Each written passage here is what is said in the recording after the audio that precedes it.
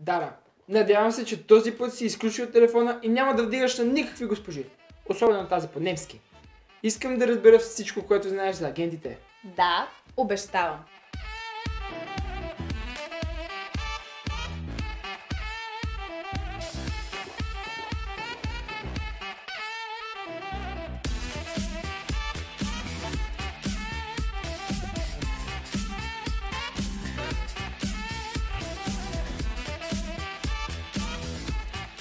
Предния път ти разказах за убийците на любов, които са тайните агенти на Казама. Да, те ни вкарват мисли в мозъка и ни убеждават, че трябва да сме умни, красиви и богати, за да бъдем обичани. Затова и ние, ако ги слушаме и им повярваме, започваме да се борим, за да докажем и заслужим обичта на останалите. Ключовото тук е дали сме им повярвали. Библията казва, че вярата на човек се познава по делата му. С други думи, в каквото вярваш, това и правиш. Ако смяташ, че любовта се заслужава, без дори да си даваш сметка, ти със сигурност ще се опиташ да паснеш на всички критерии, за да си я спечелиш. Това са и тези тайни агенти на Казама, убийци на любов. Да започнем с красота. Той внушава на моите хора, че за да се чувстват добре в кожата си, трябва да изглеждат добре. Знаете ли, че 80% от тинейджерите не харесват външния си вид? Или имат поне една част от тялото си, която крайно ги притеснява, като размер на стъпалата, височина, кожа на лицето, цвят на косата, очите, големина на ушите, дължина на носа, че са слаби, дебели и така нататък.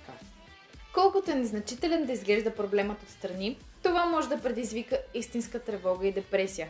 Затова, за да си скрием този свой недостатък, или се затваряме в себе си, или търсим вниманието на противоположен пол, за да компенсираме загубите. Това е целта на красота. Така, колкото по-далеч ни запрати в размисли и действия по въпроса, толкова по-добре си свършил работата.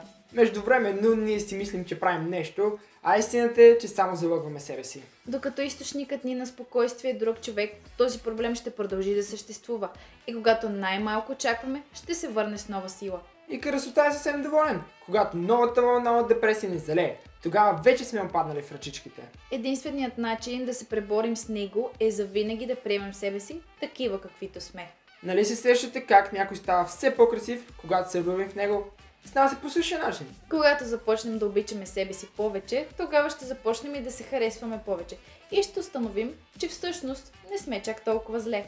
И красота ще бъде изгонен от нашите владения. Гого, мисля, че схвана моето откритие. Кажи им за интелект. Разбира се, Дара. Направо да им дадем един нагледен пример. Сещате ли се за онзи съученик, който винаги изостава в клас? Всички започнаха да му се подиграват, че е глупчо и нещата станаха още по-зле. Да, много тинейджери се връзват на интелект. Някои от тях решават, че са глупави, с това не си дават много зор. Други спират да учат въобще, а трети просто решават да вземат нещата в свои ръце, като се присъединят към някоя групичка, която да натрие носовете на гениалните зубари. Която е позиция да вземеш като самосъжаление, отказ да се образоваш или да се превърнеш в терорист над останалите, няма да ти помогне да се почувстваш по-умен, докато слушаш интелект. Да не говорим пък за нивото ти на любов към себе си. Няма нищо лошо в това, че ти отнема малко повече време да схванеш някоя задача или да разбереш какво иска да каже авторът. Това не те прави по-глупав от останалите. Още повече негоден за любов. Ние сме различни и няма как да сме еднакво добри във всичко.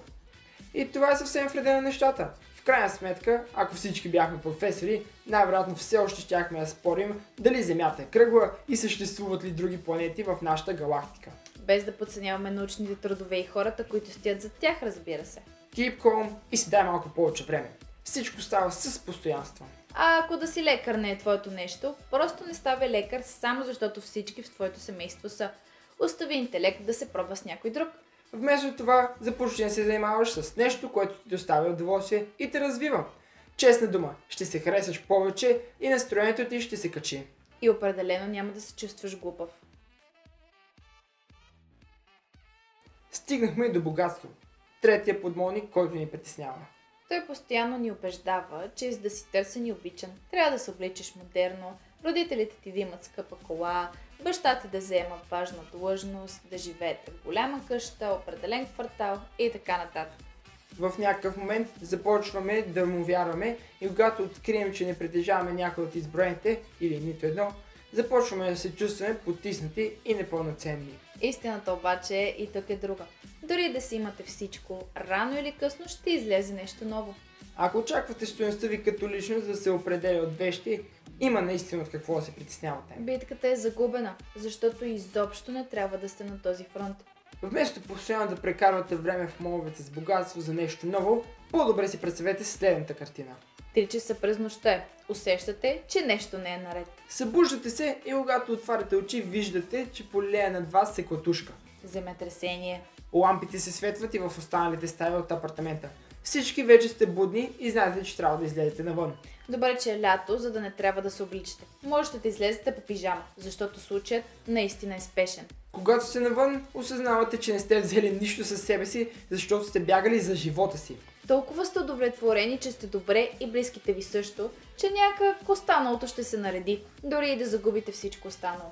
Ето това описва вашата стойност. Вещите са временни, днес ги има, утре не. Те не могат да се сравняват с вас, затова не дейте да се смъквате на тяхното ниво. Запушете си ушите, следващия път, щом богатство, ви каже обратното. Вау, страхотни откритие, Дара.